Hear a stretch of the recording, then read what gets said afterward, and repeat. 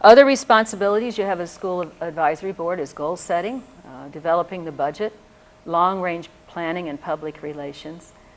Your role really is to see the big picture, not the day-to-day operation of the school. That's why you have a principal and a staff. So let's look at your relationship as a school advisory board to the pastor is to be advisory to him. Your decision is to recommend. Regarding the principal, the school advisory board relates to the school through the principal, who is the executive officer of the board and the educational leader of the school. 99.9% of the time, the only one the school advisory board relates to is the principal. Not the teachers, not the parents. Other than, of course, being a parent yourself, but not acting outside of your role as an advisory board member. The school advisory board is not responsible for deciding which actions the principal should take, but for developing the policies that guide the principal in the decision-making process. So, no alcohol at functions whose focus is children. Then the principal, with her staff or his staff, finds a way to implement that in a way that makes sense for that particular school. Other relationships, the school advisory board does not select, evaluate, or communicate with the teachers directly on issues. Teachers approach the school advisory board through the principal. The school advisory board relates to the teachers through the principal. Now, the principal may seek advice from or give reports to the school advisory board related to teachers. That's as common as the water we drink. Because you can't be a principal and give any report on the school without talking about successes in the classrooms or where we're struggling. We've noted our reading scores are down or whatever the particular issue is. The school advisory board has to be knowledgeable, but it's always through the principal. So, as I just got ahead of myself here, the principal regularly reports to the school advisory board about the achievements in the classroom, can seek advice about general teacher issues, and apprise the school advisory board about serious school incidents which may have adverse reactions on the school community. It's always vital that a school principal advise a school advisory board on situations that are particularly going to have a negative effect. The principal doesn't want the school advisory board members to be blindsided, even though, as I said earlier, they don't exist as an individual. But being what it is, the principal always would want the school advisory board to know when something bad is going on. In this unnamed school that I was talking about earlier, I received a call from a parent one night saying that her son came home with a Playboy magazine that he said he found in the file drawer in the back of the classroom. And the mother called me about this, and of course I just couldn't believe it. And I said, well, did he say it was given to him by another student? No. It was, there were supposed to be a bunch of these in the file drawer. So that evening I called the pastor and we went and searched the classroom, and sure enough, in the back of the second drawer of the file, there were a bunch of Playboy magazines. So I immediately called the teacher and told her not to come in the next day, and the pastor and I talked about it a little, and then we brought her in and obviously let her go immediately. I had also immediately called the school board and said, I want an emergency meeting at 6 o'clock tomorrow night. So I called the board into executive session, told them what had happened and the action we had taken.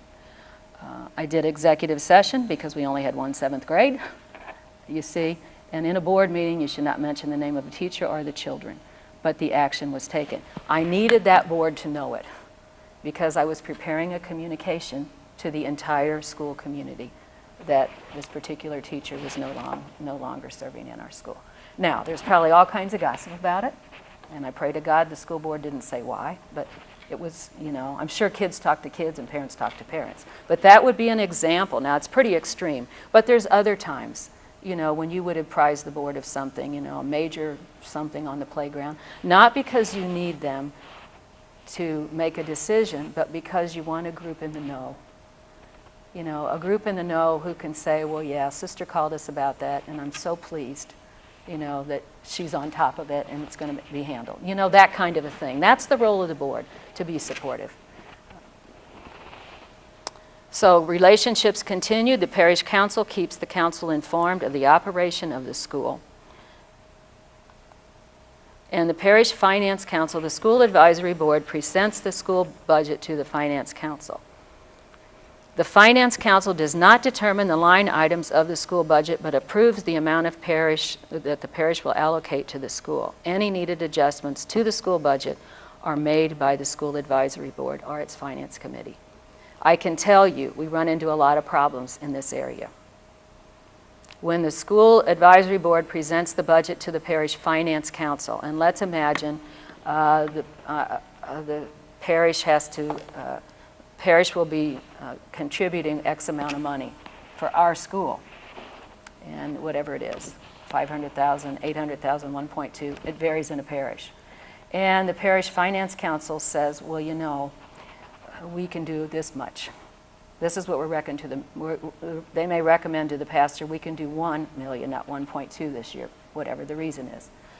It's not the prerogative of the finance council to go through the school budget and say, okay, Miss Principal, you need to knock out this teacher and this teacher.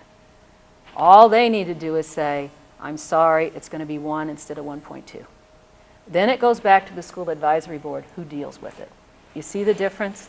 And that can be a real tug of war. It's very important, obviously, that the pastor and principal understand the relationship and responsibilities, but the school advisory board does as well.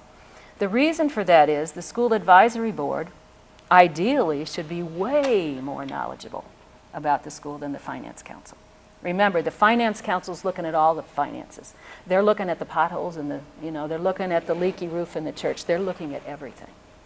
So that is how the church has designed it, and really we try to our best of our ability to honor and respect those boundaries. Parents and students, the school advisory board recommends policy but does not apply the guidelines to specific cases.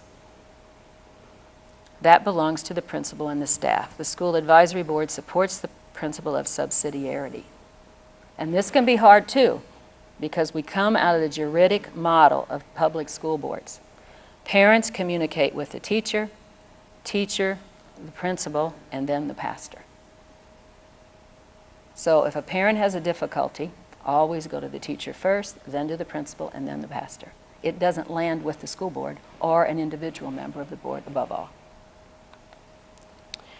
Then we have a newly formed diocesan education council who will recommend policy for the overall educational program of the diocese. And I gave you an example of that with the classroom size. There are many policies like that. Who should be on the school advisory board? Active members in the parish, prayerful, people capable of discerning, people who are supportive of the parish school, able to maintain confidentiality. That's exceedingly important. If you expect your pastor and principal to seek your counsel, they have to trust that what they say there stays there, and what is said there stays there. The effectiveness of any advisory council is, I believe, in total relationship to that group's ability to be confidential. Team players and no conflict of interest. So the husband of a teacher should not be on the school advisory board, or the wife of the principal. That should not happen. Meetings, the authority of the board can be exercised only when the board is legitimately seated in a meeting, and ideally, both the pastor and principal should be present at every school advisory board meeting. However, the board may not meet to conduct business without the principal. They may conduct business without the pastor. Obviously, you wouldn't want to recommend a policy if he's not sitting there, though. But it can go on, and that does happen, especially with our priests covering multiple parishes and so forth, but never without the principal. Open sessions. Generally, your sessions are open, and that means the discussions and vote are done in any way in which they can be observed. And this would include business as approval of minutes, policy review or formulation, reports on student test scores, special achievements of students or faculty, and reports on major events. Executive sessions are held to discuss matters that deal with confidentiality. Salary schedules for teachers, details of the proposed budget to be submitted to the Parish Finance Council. That could vary on what that may be, but some detail may include some particular line item that deals with a unique dilemma a particular class has. For example, let's say you've tracked a class of kids since first grade and they're in fourth and they're still having difficulties in whatever subject it is. It's a self-contained classroom and you want to provide extra resources to bump these kids up. So that might be something that you would discuss in an executive session, because you don't want it in the minutes that the fourth graders have had trouble since first grade. You see what I mean? So it's to protect the integrity of the people involved. On matters of personnel in the area of reemployment are serious concerns of negligence. Example, the Playboy magazine. And during executive session, minutes are not to be taken. Any action that needs to be taken as a result of the session is done when the board returns to full session and the action is recorded and entered in the official minutes of the board.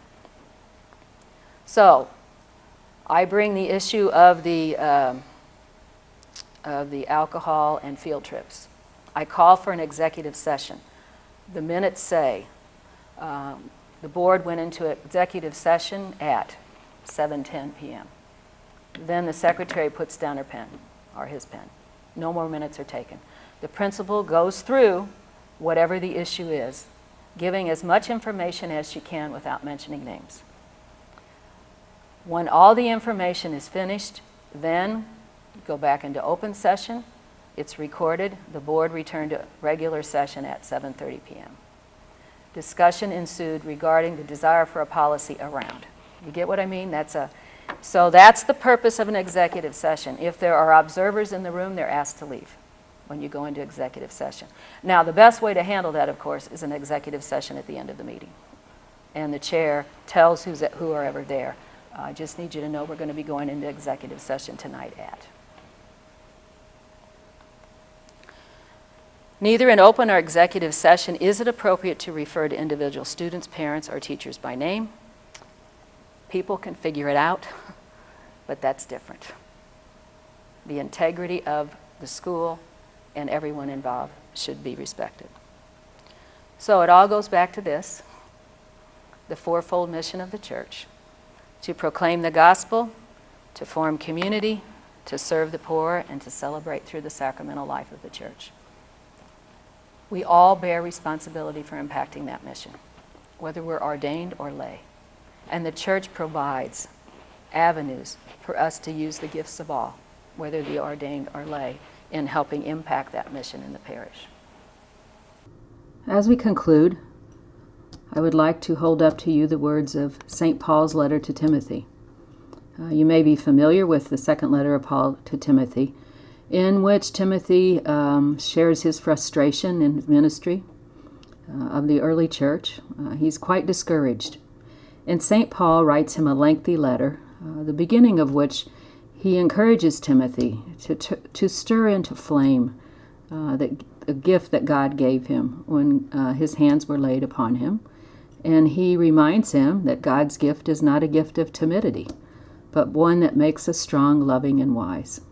And at the conclusion of the letter, he says to Timothy, "You have been entrusted to look after something precious. Guard it with the help of the Holy Spirit who lives in you." That indeed is God's gift and challenge to you, as members of your local school advisory board, to look at your task as something being entrusted to you, and it is indeed precious, and to turn to the Holy Spirit for guidance and assistance. Thank you, and God bless.